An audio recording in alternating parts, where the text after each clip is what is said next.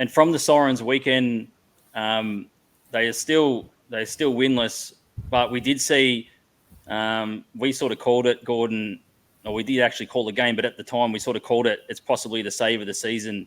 And GG, you're going to have to listen to yourself once again, unfortunately. From being converted on, and now Adelaide, a little mini break here. Shot saved by Lakari. Are you serious? Unbelievable save. The stretch pass. Tupper breaks free. Lakari with the left-handed glove save. That is highlight reel stuff.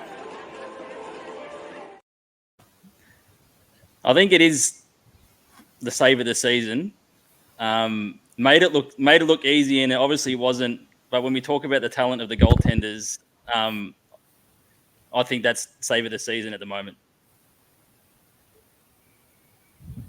Yeah, for sure. It was fun. It was fun to watch. Sorry, I didn't know. Like, whose turn is it? Who's talking? I will. I mean, I'm going to spoil this for everyone. Because I know, I've had my highlight reel saves and whatnot, but any of those saves that make the highlight reel means you were out of position, and it's a desperation save. So I know it looks cool, but no one likes watching just boring goalies make stock standard saves. In saying that, like, it's great that Ella pulled off that save. But yeah, sorry for the spoiler for everyone. That's it's the reality of it. The ones like you watch the NHL ones and whatever, like, oh, spectacular save, how did they get it? It's like, well, it's because you were in the wrong position to start with. Yeah, I think that's I think Ken Dryden used to say that a bit as a goaltender. That but yeah, it was. I mean, Maya Tupper. It was funny. Like afterwards, she just looks up and she's laughing. It's just like, how did that not go in? And the flourish. It's the windmill flourish that gets me as well. Here we are. We've got Christian Knott in the chat. I've seen Sarah run a camp. Boring goalies are her favorite. Any comments, Sarah? It's true. Well, because it's consistency, right? And it's reliability, and they're going to get the job done and be a boring goalie.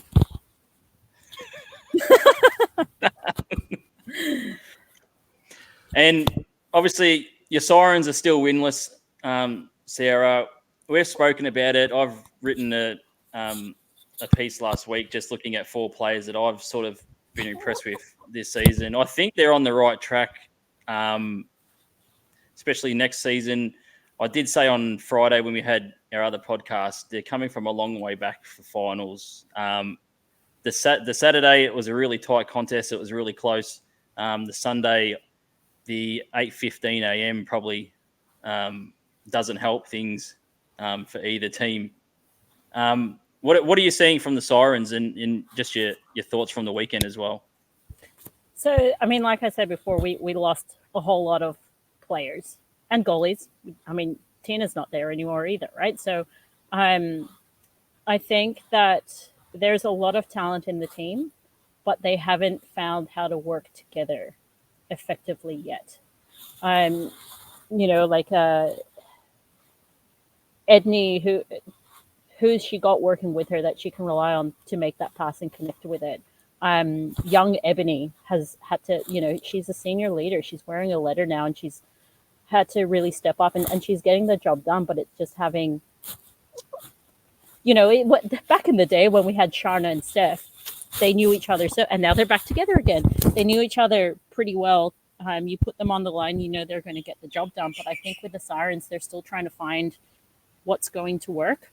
And I know in that, I mentioned this to, to Ebony, that I think it was the first round that her and Edney were on the same line, and they worked really well together. And then it got split, but it's now not back together again. So I don't know if the coaches are still playing around with lines and things like that. I also think that there's a lot of young girls on the team that are highly talented, very highly technically skilled. Tactically, they still need a bit more experience.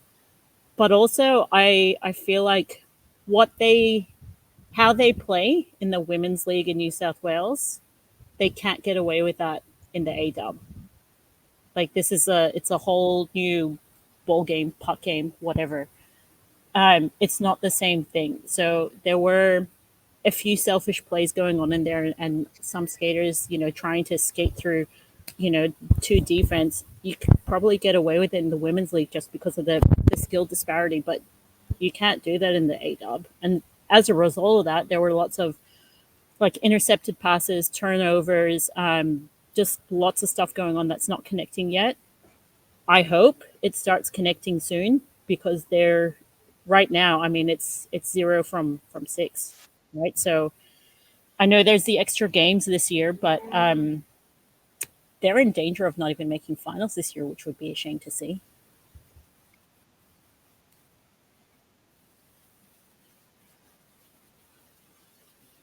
It hurts. It hurts, guys.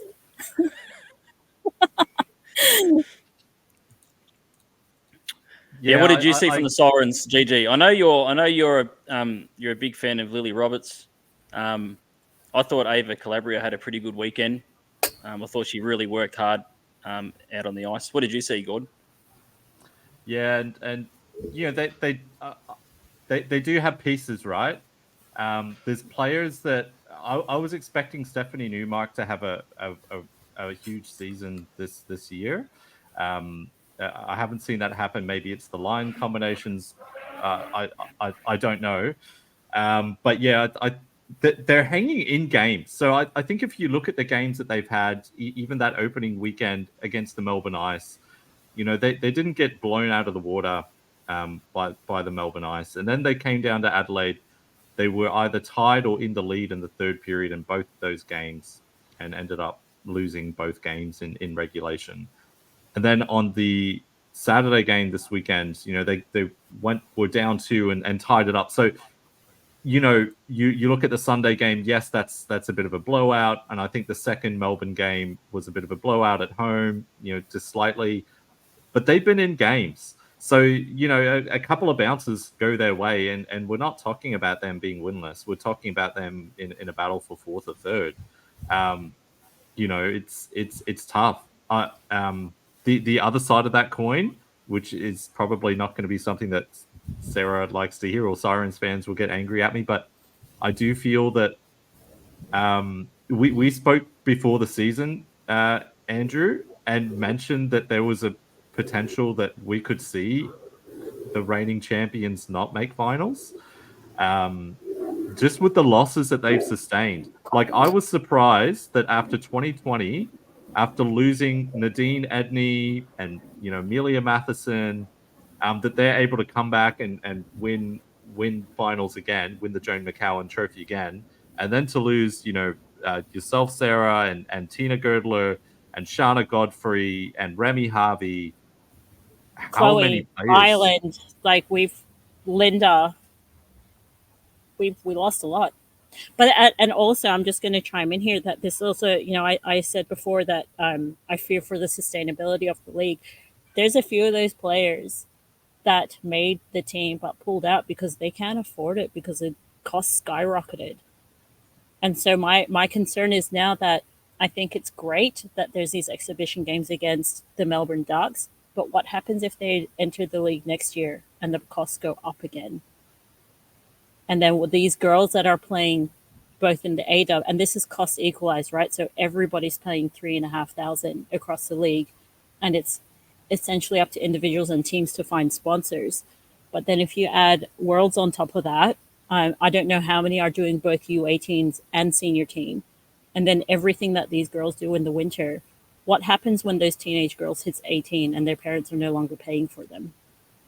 We're going to lose a whole lot of players. So I am genuinely concerned about it, and I wish I had a way to fix it. Sadly, I'm not a billionaire. Maybe I need more chickens and start selling eggs, but I worry about it.